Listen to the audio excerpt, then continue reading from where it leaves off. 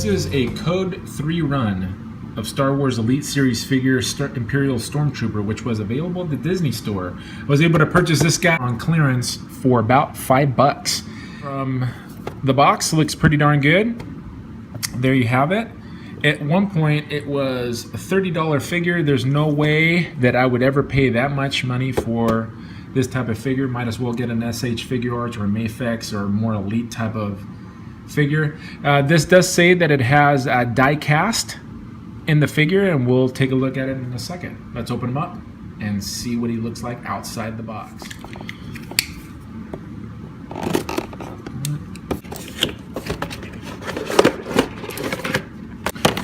Alright, he comes with a stand, and hopefully he won't need it because I don't like to use stands in my display.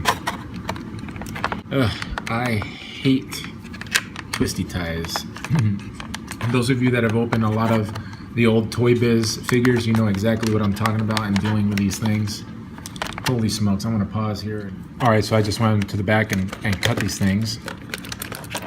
Alright, so the figure says it has a die cast, and normally I'm a fan of die cast. You know, I collect Transformers, and die cast is like the buzzword for Transformer collectors of the higher end Transformers. Die cast is a buzzword that means, oh, this is going to be, it's nice because it's going to give it some heft. And I can already feel this figure does have some heft to him. Okay, that right there is blood.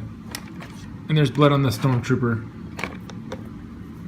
How did I cut myself opening this package. Alright, so for a Disney product, I'm going to give it a thumbs down since it's little kids that are going to be opening this box, right? Maybe the parents? Maybe the parents are cutting themselves. A parental hazard. Unacceptable, Disney. Alright. Man, this figure is a heavy beast. Alright, so first impression, that looks pretty darn cool. The armor, I wonder which parts are die cast, since it's so darn hot out here. I can't tell. But anyway, here's my impression of the figure. The sculpt is good. The articulation is going to be subpar. This is not going to be something that those that do ACBA are going to be wanting. This is simply going to be, I can already tell you a figure. This is going to be a figure that you put on your shelf and you leave it alone right there in the back. So the head's not that bad. It gives it a little bit of side to side. Very little, no up, very little down. It swivels back and forth. It does not do a 360, but who wants them to do a 360 anyway? And then it barely goes up, and there's no side. There's no side at all. All right, looking at the legs, it's a single hinge, and that you get about that much. Looks like it's the same with the other leg. And okay, so there's a slot for a gun. Am I missing the gun? Did this guy not come with a gun? Or is it for this gun? I wonder if it's for that. It doesn't look like it would fit there. All right, I'm gonna have to test it out in a second. All right, moving on. ADD kicked in. Now down to the foot. It just gives it an up and down movement. And no side to side, no ankle pivot. I appreciate that they used these and they covered the screws that are most likely there, like there. So they covered them here. Why wouldn't they have covered them there? It's a $30 figure, retail, and it looks good. The paint on it looks good. I don't know how accurate the helmet is. You guys can tell me. It looks good. In a second I'll compare it to some other figures. Alright, so my initial impression is that it's an okay figure. I'm glad I only paid $5 for it. I would have felt cheated if I paid the full price, but at $5 I would have been okay with buying a few. And I can already see that this die cast, because the figure is heavy, it's going to have over time trouble standing up.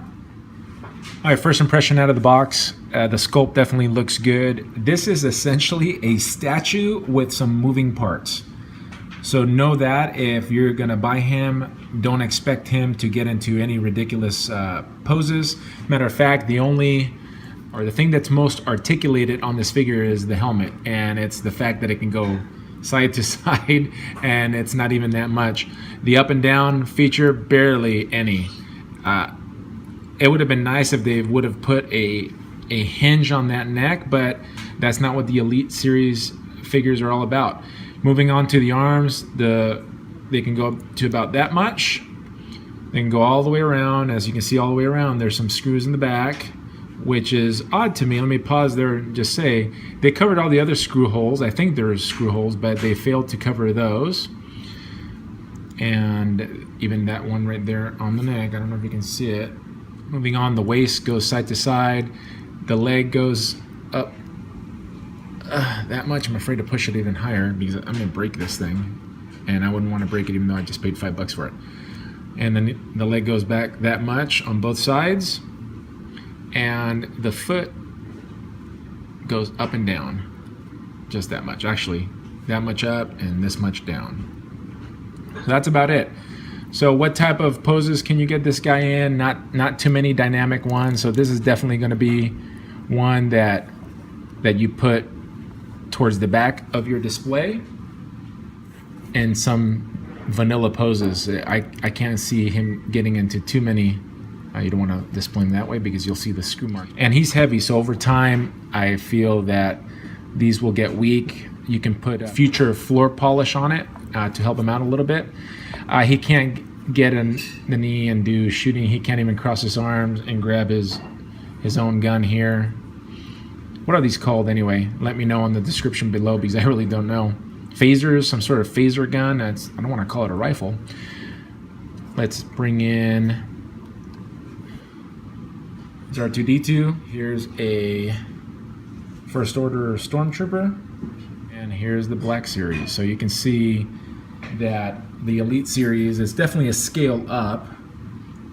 Is it hateful to have them in the same display? I don't think so. I think you can move this guy to the back, and he could be one of the bigger beasts, slower moving people. Oh, there he goes. That's the problem right there. If this guy topples over, he will crush your display. But I feel like he weighs like 5.5 pounds. It is crazy ridiculous how much this die cast adds to the figure. And like I mentioned previously, you know, in Transformers it's good. I don't know if I like it for this type of figure. I do like the way that the paint comes out, because if I were to compare paints, oh gosh, I'm having some major difficulties here posing this guy. I haven't talked about this First Order one either. I'm not too fond of those. No wonder they're on sale right now at Hasbro Toy Shop for about $8. Oh, there he goes. See ya. I'm not dealing with you. But anyways, I like the way that the paint looks on the metal. But that's about it.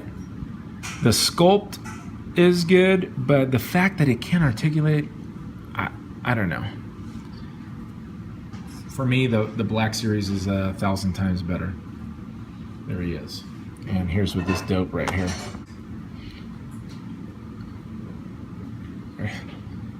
Struggling. You know what would be cool? If they added a toe joint. That would be really cool. Oh, see ya. I'm not playing with that right now. I'm looking at the helmets. That Elite Series looks a lot like the Black Series one. Is just bigger in scale. So the sculpt definitely of the Elite Series is good to go. The posability is not going to be there, and like I said, you can just put them in your shelf in the back. Hopefully it won't tumble over because it's a heavy son of a gun. Would I recommend this figure? I would, if you can find it like I did for $5. I would definitely not pay retail for this or anywhere close to retail. It's not worth it. Buy some Black Series figures or save your money and get the SH Figure Arts or Mafex. Hope to see you soon. Please hit the like button, and if you haven't done so already, subscribe to my channel. It's like Andre the Giant right there. Oh!